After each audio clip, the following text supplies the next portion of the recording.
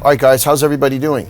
Today we're going to be talking about century sets, a little bit about the theory and the science behind the 100 repetition set, which is oh so painful. You know, one of the things that I consider as a value in terms of intensifying technique when I'm approaching training, specifically for stimulating maximum hypertrophic response to the training, is of course protein intake as far as nutrition goes. Protein intake, your BCAAs, EAAs, you want to make sure that you're fully loaded to feed muscle growth. But what makes muscle grow? The body responds to stimulation, stimulation being weight training, resistance training. Keep in mind that you're stimulating an adaptive response to stress that's caused by resistance exercise.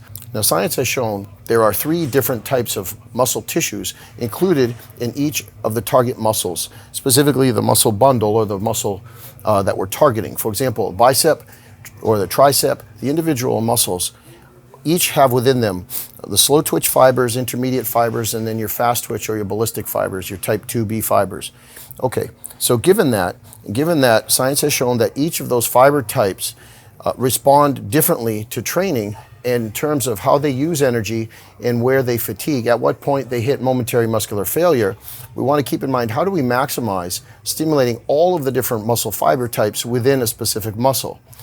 For example, if I'm training my biceps, which tend to have a little bit more endurant muscle fibers based on their functional purpose within the body. Triceps or chest, on the other hand, or hamstrings, have a lot more explosive muscle fibers based on their function and how they are used during performance of movement and performance of exercise. So how do we target each of the different muscle fiber types in order to elicit the maximum hypertrophic response?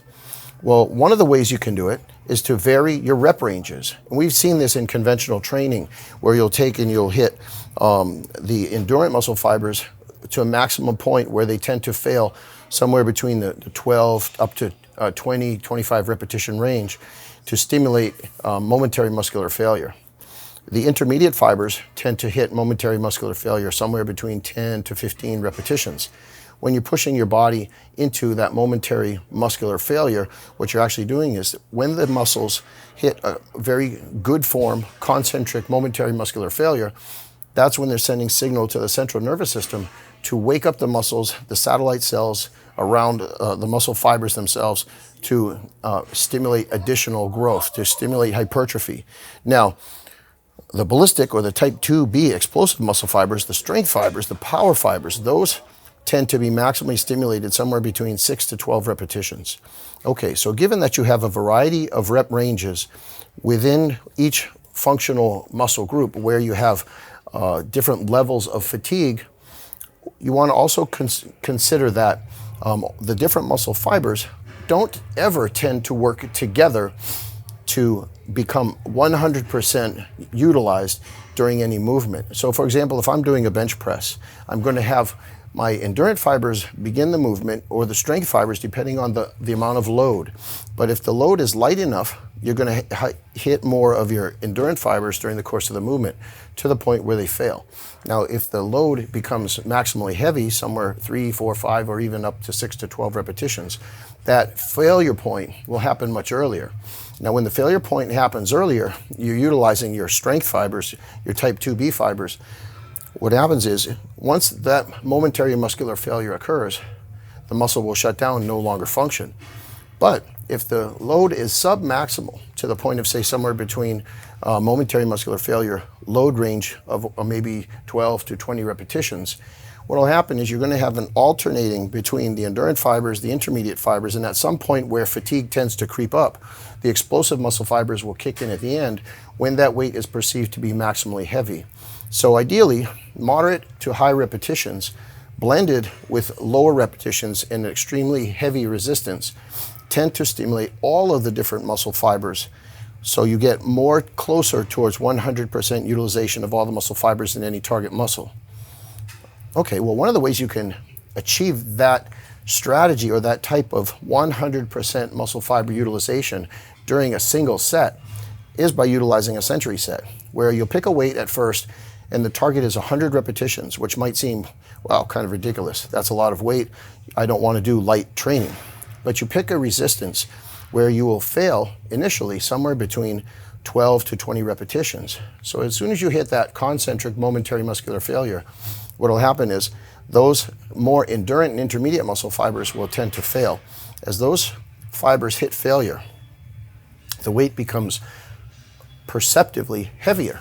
So then what you have left in reserve are your more explosive muscle fibers. If you will pause after a momentary failure, where the failure occurs somewhere around 15 to 20 repetitions, pause for about 5 seconds, breathe, just enough time to reset your brain, reset your body, and replenish a small amount of glycogen into the fatigued muscles, you're going to find that that resistance tends to increase in terms of relative load, which means that the lighter weight will feel heavier the deeper you go into momentary muscular failure as you get closer to 100 repetitions. So one of the strategies that we use is employing on an occasional basis the century set, where we'll pick a weight, like I said, where you fail somewhere between 12 to 20 repetitions. You'll keep training, you'll keep training. As you hit failure, you step back, rest for 5 seconds, jump right back in. As you continue to do that pattern of work, where you'll hit failure point, step back, and then jump right back in after 5 to at most 10 seconds of rest, what you're going to find is, if you can time your rest and recovery period slightly, what will happen is you're going to be hitting momentary muscular failure a lot closer towards those type 2B fiber performance levels. So by the time you're up to, let's say, 50 or 60 repetitions in a century set, again, which is 100 repetitions almost consecutively, you're going to be hitting close to the failure, stimulating failure along the heavy type 2B muscle fibers. So you've actually made lighter weights heavier. So you're achieving your goal of stimulating the type 2B explosive muscle fibers during the later phase of that 100 rep set. Now, so then you ask yourself, well, what happens with the endurant intermediate fibers? Are they sitting around doing nothing? No, keep in mind, you've already fatigued them during the beginning of the 100 reps.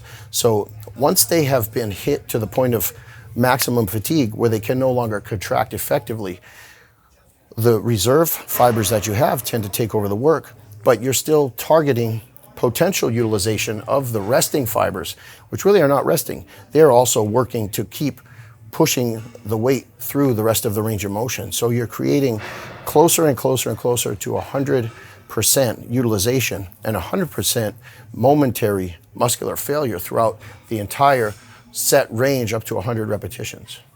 So basically, that's how the century set works. You choose a weight where you can go somewhere between 12 to 20 repetitions on that initial set.